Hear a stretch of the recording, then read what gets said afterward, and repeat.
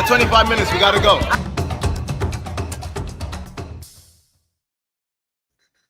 Hey, happy Hey-o. Wednesday, everyone. Hump day. Hump day it is. Welcome to Say That channel. My name is Janelle Villiers. That over there is Winston Broderick, and we are your hosts. We're here at Say That channel. We are unapologetic about the ugly come up. So you know how you hear those stories about people who start from nothing and then all of a sudden they have massive success. But what happens in the middle? What happens during the ugly come up? Well, that is what we're here to talk about, ladies and gentlemen. Sit back, relax, and get ready to learn a lot of things. I love it. I love it. All right. So we typically have a topic question of the day, and we have 25 minutes to answer that question. But what happens when we run out of the 25 minutes?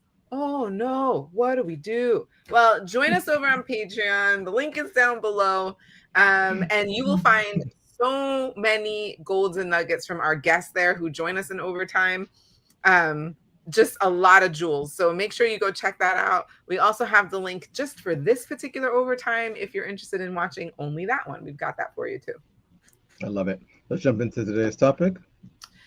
Is having a story to tell enough to write a book? Now, for those of you that have been watching us, you know that both Winston and I are authors. However, we decided to bring a new best-selling author to join us in on the conversation. He is a father. He is a husband. He's, I'm just going to say ex-special forces. Sure. Elaborate more on that.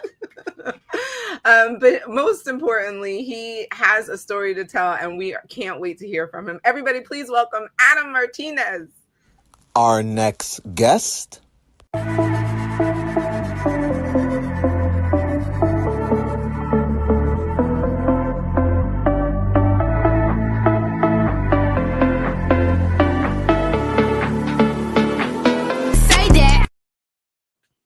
Hey, there he is.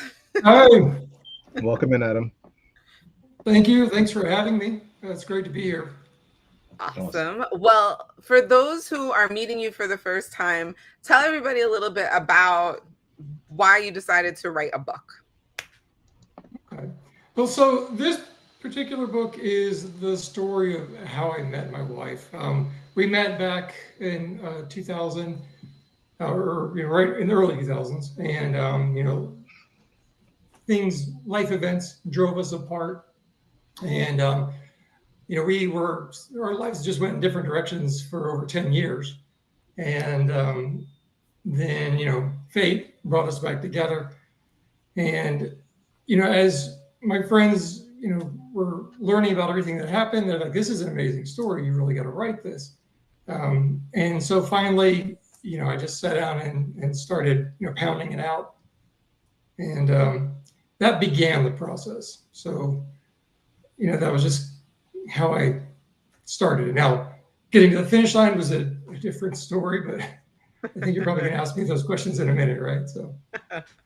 Well, yeah. So folks can understand then. Certainly, Adam has a story to tell. So what are your thoughts on today's question? Is having a story to tell enough to write a book? Writing a book is a daunting task. It took me 10 years to do this one. I think that everybody has a story to tell. Not everyone has to be a writer. There are a lot of ways that you can tell your story in just in the people whose lives you're around. I would always encourage everyone to write out your story to some extent, even if you don't intend to publish it. For one thing, it's very therapeutic for you. And you never know when you're going to have something that's going to resonate with somebody. Editing and all that stuff, making it pretty, you can always get a good team of people around you for that. But everybody has that part of their story to tell that's going to resonate with someone. It's just a matter of finding out what's your vehicle to get it out there. And so I'll go ahead and jump into what your next question is. 10 years. I dabbled with it. I sort of put the outline together, here and there, just told little bits and pieces of the story. And after, it was about 10 years in. So last June, some other life events were happening. And I guess I can go ahead and tell you the whole story, right? We've got time, right? 20 minutes. Okay. So, so my daughter has had 11 surgeries, and she's 14 years old. Wow. And so she lives with severe pain every day. And, traditional medicine wasn't really working. So we looked for some things that were a little bit outside of the box. And we found some treatments that were helpful. And they did get her quite a bit of improvement. Not completely better, but she went from being in a wheelchair to now she's out walking around. But unfortunately, things that aren't covered by insurance tend to be very expensive. So we went into literally tens and tens and tens of thousands of dollars worth of debt. And so, we kind of got to that point, like, gosh, what are we going to do? It was clear that, in our jobs, we weren't going to be able to out-earn this. So we thought about, well, we can ask friends, family for help. We can start a GoFundMe. And for me, I think just something clicked, and it was like, I need to grow past this barrier. The capacity to do so is within me, and I think it's within each person. It's always good to have that community where you can reach out and ask for that help. But I think more importantly, digging deep within yourself to find, how can I grow beyond this barrier in life, whatever the barrier happens to be at this time, whether it's financial, personal struggles that you're going through. And so, I've always written. In fact, I think I wrote my first book when I was in second grade. I wish I had it here. Actually, it was part of the school program I was in. We wrote it. They bound it for us and everything else. And I've always enjoyed writing. But like with many of the projects, you kind of start it and it's not a priority in life. So sometimes you have to have that push. So it was last June, and we're just kind of looking at these mounting bills, and I thought, I need to get this done. So I was probably about halfway through the project. And I sat down and I finished the last half of the book, 90,000 words. So the last 45,000 words in 30 days. Wow. I had, in my life studied, I studied a lot of different philosophies, but I've always been fascinated with samurai. And they have a phrase called shinigurai, which means become insane and desperate. For such a man does not know fear, and not even 10 men can defeat him. And so that's really what I had to do. I had to become desperate and insane. And I would spend every waking moment. I even cut out my workout morning routine. I would go to bed. I would wake up with ideas in the middle of the night. I would go write them down, go back to sleep for a few hours, get up in the morning, start writing. There were days if I had a day off. I remember days I spent 16 hours sitting in front of the computer, just pounding out ideas. But, in that process, it helped me to be able to grow. And honestly, it reminded me a lot of time of the first time I did an Ironman. That was a therapy moment for me as well. I was going through a lot of struggles in life then, having chest pain, and I go to the doctor and she's like, anxiety, depression, here's your script.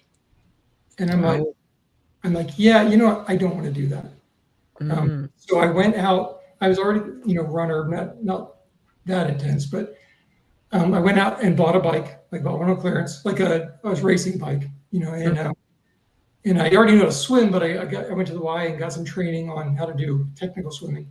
And 6 months later, here I am doing, an insane Ironman race. You guys aren't familiar with the Ironman. It's a 140-mile triathlon. And I actually talk about that in the book a little bit as well. And the book is a reflection, of my life. And so all of the struggles and things that I've gone through in that. But learning that you can do these things. And I love the Ironman mantra because it's anything is possible. And so once you realize what you're capable of, then you can grow so much beyond, what you think you can do. And so that's just what it was for me, back in June when I thought, here's another obstacle in life. I know I can get around it. And then again, I was blessed to have met the two of you during that 30-day period. And, we got together and, you kind of got on board. You know, hey, this is great. We love it. And wanted to be a part of the project, and here we are now, a few months later, it's on the #1 bestseller list. and so we're making those strides to, to move forward and grow past the barriers of life. So I love that. It's amazing. I think most people just see a book and they're like, oh, it's a cool story. But I think to hear the behind, like what really and truly inspired you to write this particular book, I think is really powerful, actually. I agree. Something that stands out to me, though, is I was thinking myself, actually. I found when I decided to write, unlike you, I was not a writer. I mean, journaled and some poems and things like that. But I found myself in a financial place, an opportunity. Hold, please. Oh. Winston, he downplayed that poetry thing. For all of you out there who've ever been to New York, who have been to the New Yorican Poetry Cafe, I just want to say that Winston actually went up on stage and recited a poem, maybe two, there. So he did more than just write a poem. Well, thank you for that, Janelle. But the part of your story that resonated with me is I found myself at a time financially it was actually right around COVID started. Work had slowed down dramatically, and I was looking for something to help propel myself in another business. And something that had been presented to me is the idea of authors are authority. Once you put your name on a book, it just gives, again, just the word authority. That's literally the selling point that caught me. It was just the idea of you're now someone. And listening to your story, the thing that I think jumps out at me is you could have, like you said, just written for the idea of therapy, but what were some of the motivations, or what was your mindset leading into, I actually want to publish this story? I don't want to just write it or have somebody help me, put my words, organize my words. But what made you decide I actually want to become a published author? So, I mean, going that route, I think, are you asking me instead of just trying to find some other means of like going another to job, or exactly. Or asking people for money on GoFundMe. I don't want to say it was male pride. There might have been some part of that in there, and that's not a bad thing, because I think that's part of what motivates us to step up, and man up and do what needs to be done. But I think it was maybe part of it. Part of it was also that I knew I had this gift, this ability, and that I needed to use it. We tend to neglect our gifts in favor of convenience. Got a job, I've got this, I've got that, I'm comfortable, and then things come up and we always put this stuff off to the back burner. So often, I think some of the best stories I always hear about are people that were faced with that adversity, that tragedy, something that they weren't going to be able to just look the other way on. That's the time when you really see what you're made of, and the people, and I think everybody has the capacity to step up and grow. I don't know how other way to say it, grow beyond what they thought they were capable of, grow beyond that circumstance to find, a better version of themselves, or, develop those, God-given talents that they've been given. I love that. Yeah, really good. Yeah. So, okay. So you decided to publish a little bit because of ego, a little bit like, this may be like an alternative way to make money beyond helping my daughter. This could be beyond that, right? Like this can turn into something that I perhaps would enjoy because it feels like a gift that I've been given. I'm curious to know.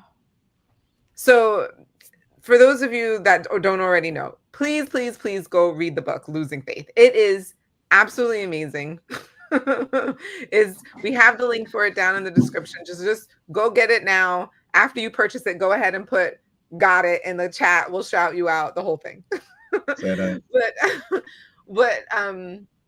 What to me is really fascinating is that you had this one story or this one idea. Okay, like this is based on how me and my wife met. And then you decide, okay, I have these gifts. I'm going to, put them out there. I'm going to write this book. And then, well, for us, this is at least how it felt for me. I won't speak for Winston, but this idea that like it became like a big and there's like a part 2 and a part 3. So yes, ladies and gentlemen, it is going to be a trilogy. Yeah. With a possible prequel. And so how does someone get to that place where it starts off as an idea and then you start to think it could be something more than just this one book idea? Sure. It really is just one story. It's in 3 parts. So it's just a continuation of this story. This first book is just the first part of the story. I mean, obviously that's what, the kind of thing is. I wanted to tell this first part of it. And I guess really, I had always thought about telling the whole story. But until I actually got in writing it, I think even after we got together, is when I put the epilogue in, which is a portion of a chapter from the next book, to really say, hey, you know what, I want to go and just get this whole story out. We've got the momentum, let's go with it. And I've got all these other stories that I had worked on before. And I thought, well, you know what, this could be a big turning point, not just in getting this one book and getting over this hump, but kind of expanding my whole entire universe and getting into being a full-time professional writer. And just the other stories and other life experiences and things that I've had, not just this one about my relationship with my wife. Again, we all have that story to tell. And if your gift is writing, I think I'm obligated to follow up with that and tell some of the other things. One thing I feel like I also have a gift is teaching, and I love to teach. I always had a hard time reading nonfiction. I would just get bored and put it down. And I always love the idea of telling a story through fiction. For the short attention span to people like myself, that want to be entertained and you're going to learn something in spite of yourself. That's really where I wanted to go. So there's a lot of other things, life lessons, that I want to really put out there that I can do through fiction. I think a lot better. And I've already have a few other stories, that are in mind that I want to work on. And even, as we've been talking about things, the study of a lot of the Similaric philosophy that I've done, I know there's a few stories in there that I could tell that are going to be really, I think, powerful and teach a lot of those lessons about, the selflessness and the determination. So, that's something that I'm on that path now. We'll see where things go. Life has a way of just taking you in a direction you completely don't expect, but you never really know what's going to be next. So you always be prepared. But say that. I love that. Say that. I love that I don't want you necessarily give too much of the book away, because we obviously want people to go out and buy the book, but I've always been fascinated. My story, and even Janelle's, her first book, I want to say we didn't deviate too far from what we were talking about. Yeah, exactly. And mine was a segment of, I co-authored something. So it starts from the memories I had when I was young to some experiences I had with some physical abuse and different things in life. Where did you get the ideas because again, you could have written the story and maybe change a couple names, some locations, but you could have essentially told the story the way it came. It was your life dictated it. But how did you come up with the ideas you did to, have espionage, there's spies, there's, all this stuff going on in your story. How did that come about? Under DOD guidelines, I'm afraid I can't answer that question. It's above our pay grade, Winston. There are a lot of things that are metaphorical in the book. Clearly, I won't give away too much. It is a romance, but it's also a thriller. And I always say, think of The Notebook, but with Jason Bourne. So, and I don't think it's giving anything away. The opening scene, there's a gunfight in an airport, a car chase. Did those things really happen? No, not that way anyway. But a lot of it is sort of, well, not a lot, some of it is metaphorical for the challenges, that we're going through. And so I tried to make it something that was going to be fictional, that was going to be, exciting and engaging to the reader, but also you could relate to on a different level, understanding how the challenges, we go through in life. Another good metaphorical story, Mr. and Mrs. Smith. If you've seen that, that's a Yeah, metaphor. yeah. And so, and I think I kind of look at it in that way a lot. So I tried to put those metaphors that were applicable to my life. And part of it is some of the real life stuff. You'll have to figure out which is which as you read it. And there are a lot of people who are going to be like, wait a minute. But in any case, whether we go through a physical battle or an emotional battle, we still understand that metaphor and being able to relate to it on some level, I think is a way to really just keep people engaged with it. Oh, wow. Okay, so one of my new favorite books, it's been a favorite book of Winston's for a while, is The Alchemist, as a way to and Losing Faith by Adam Martinez, yes. Oh, of course.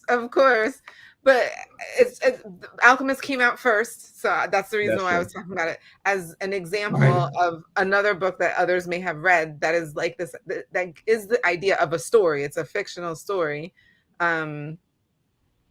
whereby you're teaching people things, right? Like there's certain lessons that you can get about living life along the way.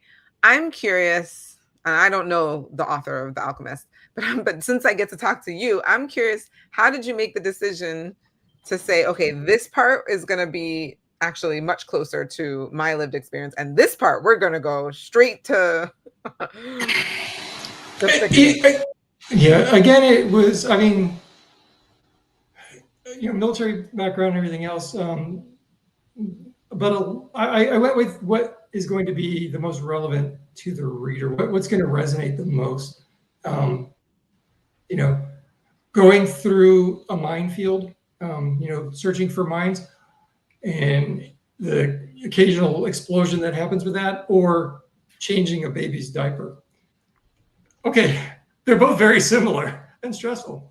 But one, going through the minefields of life may not be as engaging. And a lot of times people want to sort of escape their real life and read this, but that they can still relate back to it. And now, like, I'm changing that diaper. I'm a minefield warrior because I've been through this. And so it still gives them that encouragement. I don't like to get too, how do I say this? Some of the things that are a little bit more extraordinary that may be true, I don't like to emphasize because I don't want people to get this feeling like, oh yeah, if I had this background, I could do that. I never want to give anybody that impression. I always feel like I want to encourage, not, or how do I say this? So I want to let everybody know that, hey, I've done this so you can do it too. I don't want to say, oh, look what I've done. You couldn't possibly be able to do that. So I always want to be that person that, like, no matter what the accomplishment is, even, doing an Ironman, like lots of people do it, writing a book. Hey, if I did it, you can do it too. I can help you. I can encourage you. I can guide you on that way, but believe that it's within you to be able to do that. And so that's why I try not to, just don't limit yourself to anything. If you want to, write that book, get out there and do it. You're not going to know if you don't try. The only failure, I guess, and this is sort of cliche, but the only failure is in not trying. Yeah. Just putting yourself out there and stretching yourself. And maybe you fail the first time. Maybe you fail the first 5 times. But when you have that, I remember that first time I crossed that finish line, I was pretty tearful. There's just the emotional release I had. Like, man, I actually did this. It was amazing. So there was my long answer. I don't remember where the question started, but hopefully there's a few nuggets you can take in out of there. No, that was excellent. When did you, I know you, and you may have answered this earlier, but when did you think this is good enough to publish? When did you think that? Was that something you decided on yourself, or was it confirmation from others? What was that process like? Well, as you know, if you had given me access, I would probably still be making edits to it, thinking it needs to be a little bit better. So, but for me, I really think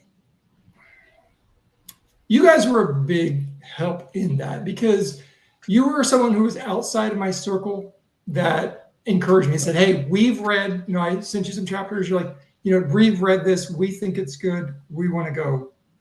We want to be a part of that project. So for me, that was sort of the beginning of that, putting myself out there. I remember actually being a little bit nervous when when I submitted it. I'm like, okay, man, there's always, I think anybody who has any creative capacity at all, it also has a critic inside. And there's always that fear that, what if I get rejected? Let me allay that fear now. You're going to get rejected. There are going to be people who hate your product or your creativity. I'm waiting for the bad reviews. They're coming, but you know what? It doesn't matter. If I can encourage a few people and reach them, the rest don't matter. Okay, well, they matter, but not to me. It reminds me of the Erykah Badu quote, right? I'm an artist, so I'm sensitive about my ish. Very good. True. Adam doesn't know Erykah Badu. Okay, guys, before we go, we just wanted to make sure you guys could connect with Adam. So here he is on IG. Make sure you follow him. He is growing a huge audience there. Here's his TikTok and his website. So you guys have all the different ways to reach out to him. Adam is a real person. He or people on his team will reach back out to you. But honestly and truly, the book is absolutely amazing. I think it's right for a Netflix series, a movie. I mean, it really is. It really, really is good. I'm excited. I'm excited for people now to get it, to be able to read it, to get their hands on it, to try and decide. Oh, it'd be cool. Let us know in the comments after you read it what you think is real, like what really happened to Adam's life, and what you think might be the fiction parts. We'd love to know that. What a great question. What a great question. All right. We're going to take the rest of this conversation, guys, to overtime. So like Janelle said, the link is already in the description. If you're already one of our Patreon members, we'll see you guys in a couple minutes. But for everybody else, as always, remember, you deserve the good life. Say that. Say that. We'll see you guys in a couple minutes.